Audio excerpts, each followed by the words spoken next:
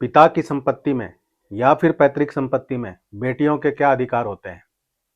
फिर अगर बेटियों की शादी हो जाती है तो उनके क्या अधिकार रह जाते हैं इस संपत्ति में। इसको लेकर आज के समय में जानकारी का अभाव है।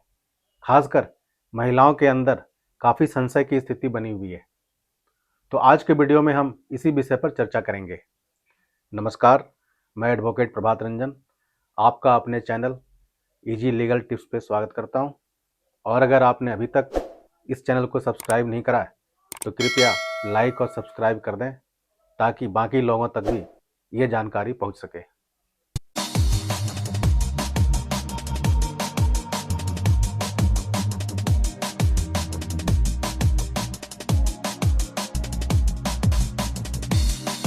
अब हिंदुओं में दो तरह की संपत्ति होती है, एक स्वअर्जित संपत्ति, दूसरा पैतृक संपत्ति। स्वअर्जित संपत्ति वह संपत्ति है जिस संपत्ति को किसी व्यक्ति ने अपनी आय से खरीदा हो या बनाया हो। फिर पैतृक संपत्ति वह संपत्ति होती है जो संपत्ति लगातार 4 जनरेशन तक ज्वाइंट आई हो और उसका कभी विभाजन ना हुआ हो, उसका पार्टीशन ना हुआ हो। अगर चौथी जनरेशन तक आने से पहले उस प्रॉपर्टी का पार्टीशन हो जाता है या कोई वसीयत कर देता है तो फिर वह पैतृक संपत्ति नहीं रह जाती है, वह फिर सेल्फ एक्वायर्ड यानी स्वअर्जित संपत्ति हो जाती है। अब हिंदुओं के उत्तराधिकार के नियम को कानूनी जामा पहनाने के लिए 1956 में हिंदू उत्तराधिकार अधिनियम लाया गया, जिसमें बेटियों को बेटे के बराबर पैतृक संपत्ति या स्वअर्जित संपत्ति दोनों में बराबर का हिस्सा दिया गया। लेकिन यहाँ व्यवस्था यह थी कि बेटियाँ किसी प्रॉपर्टी के पार्टीशन का डिमांड नहीं कर सकती थी, क्योंकि बेटियों को को पार्टनर नहीं बनाया गया था। को पार्टनर बेटे हुआ करते थे, तो जब बेटे पार्टीशन सीख करते थे तभी बेटियों को अधिकार मिल पाता था।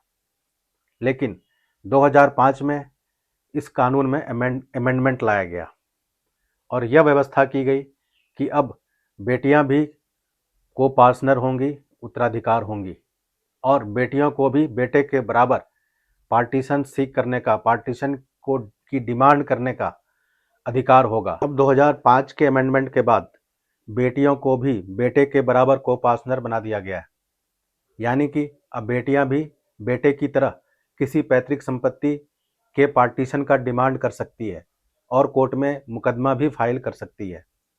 फिर 2005 के अमेंडमेंट के बाद अब बेटियों के विवाह के बाद भी उसके अधिकार पे कोई फर्क नहीं पड़ता, यानी कि बेटियों के विवाह के बाद भी पैतृक संपत्ति पर बेटियों के समान अधिकार होंगे जो अधिकार बेटों के पास मौजूद हैं।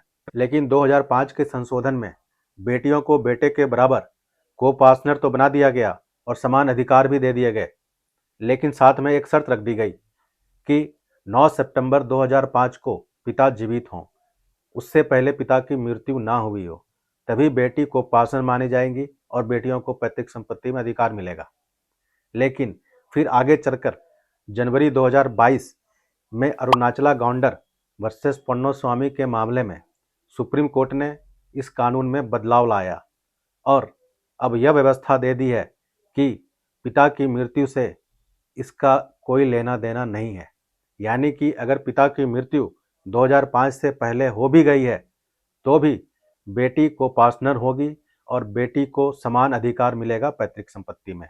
अब जहाँ तक स्वअर्जित संपत्ति की बात है तो पिता उस संपत्ति को किसी को भी वसीयत, गिफ्ट या अदर ट्रांसफर डॉक्यूमेंट के द्वारा दे सकता है, उनके ऊपर कोई पाबंदी नहीं होती। लेकिन अगर किसी पिता की बगैर वसीयत किए मृत्यु हो जाती है तो फिर वह प्रॉपर्टी क्लास 1 लीगल हेयर को जाएगी और बेटियां चूंकि क्लास 1 लीगल हेयर में आती है तो बेटियों को वहां पर बराबर का हिस्सा मिलेगा। तो इस तरह से हमने देखा कि प्रॉपर्टी चाहे वह पैतृक हो या स्वअर्जित, बेटियों को बराबर का अधिकार मौजूद है। अब आखिर में मेरी पर्सनल सलाह यह है कि हर व्यक्ति को अपने जीवन काल में अपनी संपत्ति का वसीयत जरूर कर देनी चाहिए, ताकि आगे चलकर उनके बच्चों के बीच विवाद उत्पन्न ना हो जाए और मुकदमेबाजी शुरू ना हो जाए, क्योंकि माँ बाप की मृत्यु के बाद उनके बच्चों को ही आपस में संबंध निभाने होते हैं और साथ रहकर चलने होते हैं। आज के वीडियो में इतना ही। धन्यवाद।